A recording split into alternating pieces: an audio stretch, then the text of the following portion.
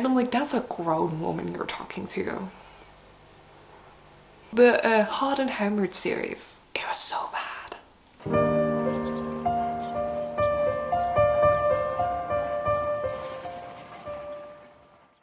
Okay, so it's the end of the year. I've done my 5 favorite best novels that I read this year. I'm also gonna mention some of the 3 worst ones because although I've read some amazing books this year, and then there was like a whole stack of them. It's like, it's, yeah, I like it, it's fine, it's good. And then I had a few that were just like,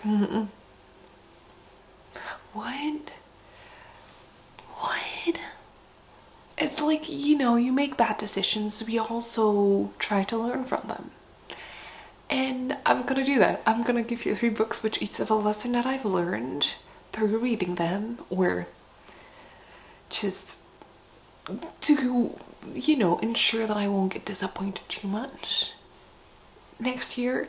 The first one, which is specifically, I think, that I read very early on the year, which is Genuine Fraud by Lockhart.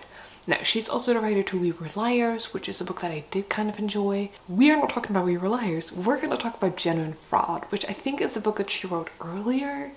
And it was just part of this thing where I read the highest rated books and the lowest rated books on my TBR and Goodreads. And, you know, sometimes books are lower rated because they're just not as good. You know, sometimes cliches are cliches because they're true.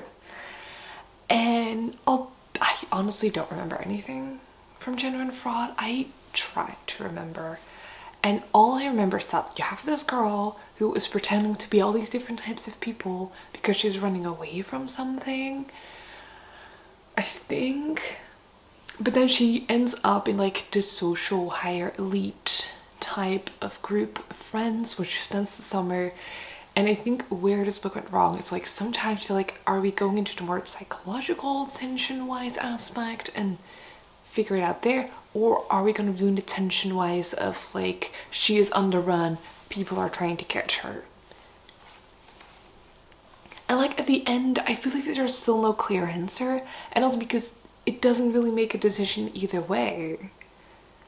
It doesn't satisfy you at the end. You're both kind of like, I mean, what was this? I just felt like this was one of the lessons of, you know, sometimes books are lower rated just because they're just not that good. And that's fine. Which, out of the top 3 lowest ones, this one is still like the best one. Like, I'm not gonna lie. It wasn't that awful. I didn't have the urge to throw it across the room. I read it and I was like, ugh. Okay, I mean, choices were made. I wouldn't have made them. Nah. You know, that's... my brief is just gonna exist out of facial expressions and grunts. Now we have the other second book that I read, and that is a series by Tessa Bailey, and she's the same writer of like Hook, Line and Sinker, which is not the series that I read. I came across another series of her, and I don't know why, for some reason I thought that like I just wanted to read it. I think I was just in a mood for those prompts instead of the Hook, Line, Sinker, you know, tropes. It is the part of the series as the Hot and Hammered series, which exists out of, it exists out of 3. I read all 3 of them. Here's the thing. This is the lesson, because we're gonna give the lesson first. The lesson is, maybe don't expect that people who have very popular book later on in their career means that their previous works are just as good. Look, I haven't read Hook, Line and Sinker, but given the fact that it's that popular under romance novels, I assume that it's better than this.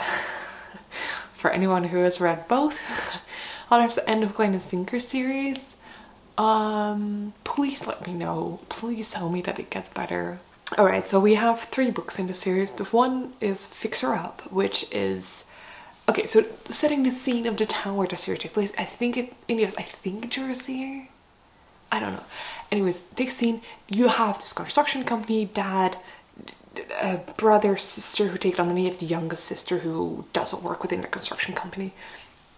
That's where these stories revolve around, and the personnel. Now, first book, we focus on the youngest sister and the brother's best friend who happens to be this like big shot athlete. I think it's American football, but I don't know. I'm not sure.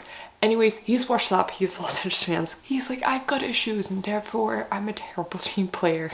I just think that if you are in a team playing sport and you can play within a team, you're just bad at your job. Back to the novel. Anyways, he comes back in his hometown. It's like super sad because he'll like kick out of his team and he's now a washed up athlete and whatever his other spiel is. Then everyone tries to like him out. Then the youngest sister, who like was very young when he left, grew up to be a woman and just like kicks him out and like, you gotta work and whatever she does. They start falling for each other. I think it's kind of, that's like the story, how she is taken seriously because no one takes her seriously, and you want to know why. One, because she's youngest, which I reckon always like kind of happens because everyone sees she has the baby, but also because she literally works as a clown at kids' birthday parties. I mean, look, she's very excited about it. I love it for her. It just feels kind of odd sometimes. Doesn't matter. There are all reasons to why people aren't taking me seriously, and like the brother's best friend is the first one to take her seriously, but then also love, I don't know. That's like the tropes we're going for. I read the book, I was like, it's not really what I would have gone for, but whatever. And then I read the second book in the series because they had one other couple.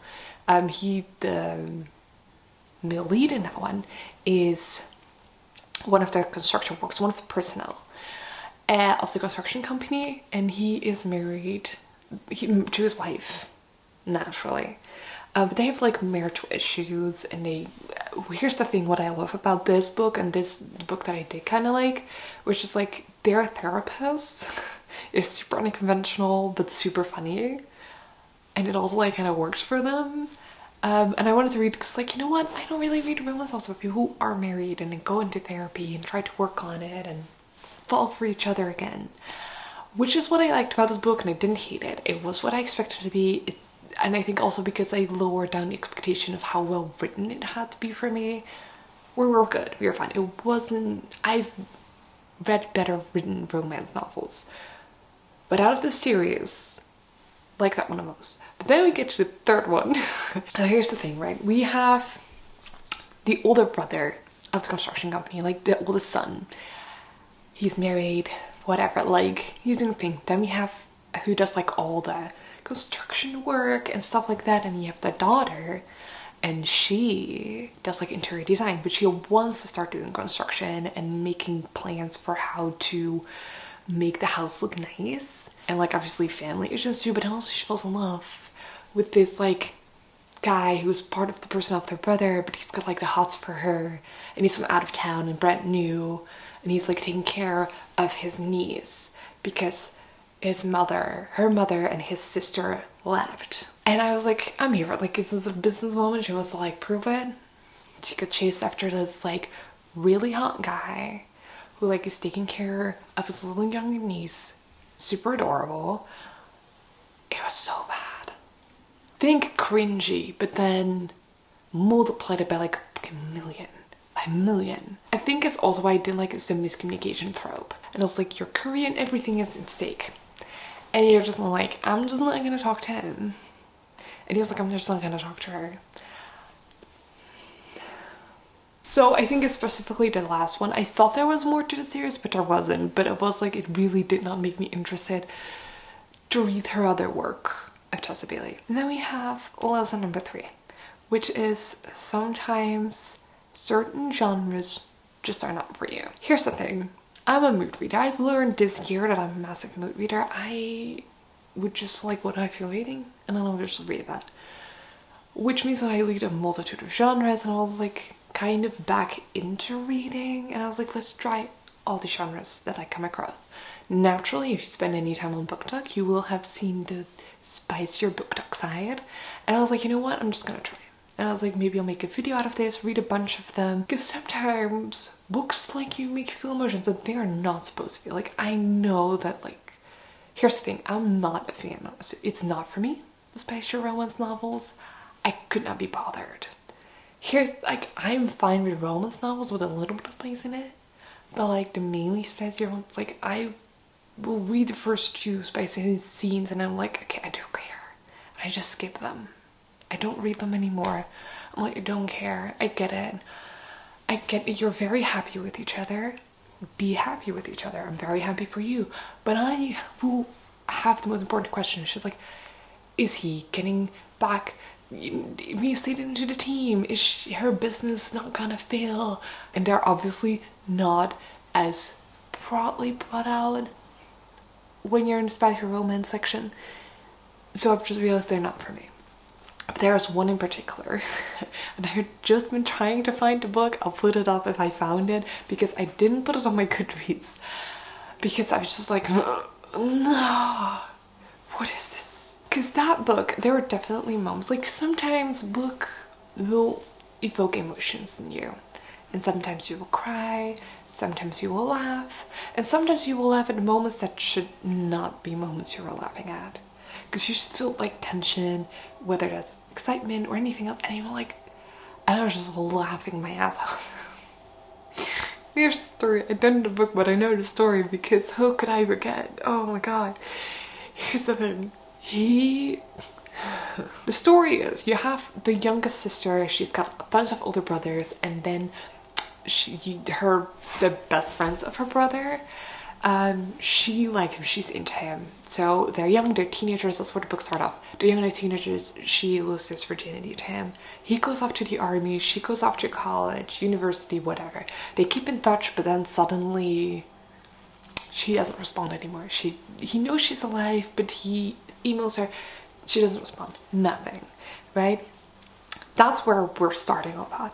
Years later, he is like just working, whatever. She's doing her own thing. I hope we're following this. Anyways, so he is like a contract for the government to get drug dealers, whatever, intel.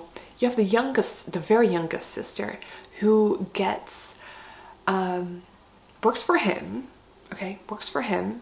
Then she gets busted for dealing drugs, which was like a sense, you know, sanctioned action. The older sister that she went with and who slept with him didn't know that. So she's freaking out. Obviously her sister's in jail, whatever, right?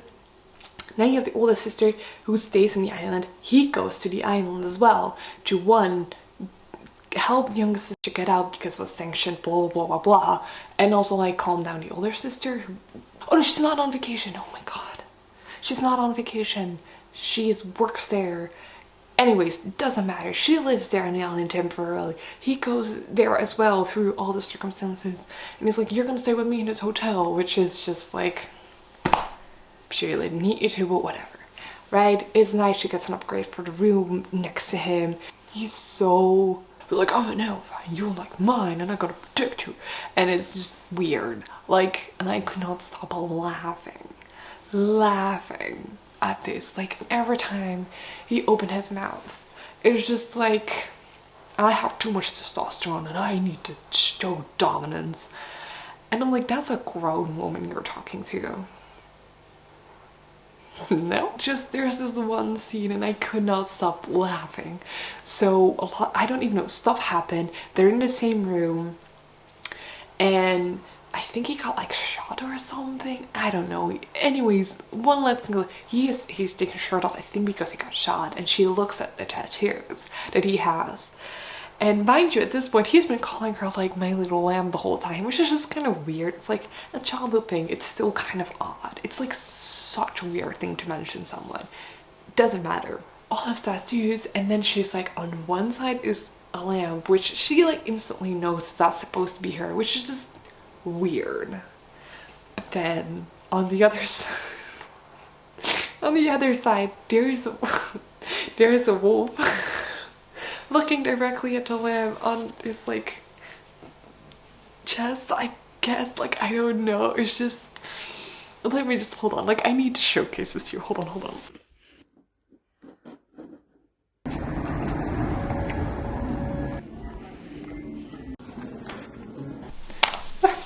Okay, so like, just imagine this like dude standing over you and you're just looking at him. First of all, he's been calling you a little lamb, which you have requested multiple times not to do. And he just like stands in front of you like, yeah, I gotta show it. And just like when you're looking down, it's like, this is you. Like he explained it. And it's like, little lamb, and you recognize that too. And then you have this wolf because he's like a wolf. He's gotta show it. Because he's like, he's gonna protect you, you know, and you're his.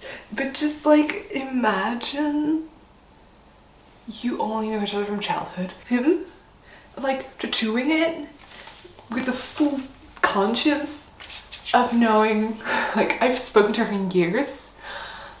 If I tell you how much I laughed at it, it's like, calm down.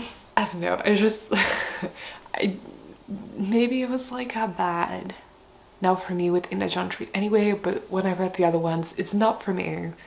So sometimes just kind of recognize that not every genre you're gonna enjoy. Read if you want to read. The point is that we're reading and that we're doing this and that most of us are reading for leisure. Those are like kind of my main 3 reads with the lessons that I've learned, which I will follow into the next year when I set up my TBR.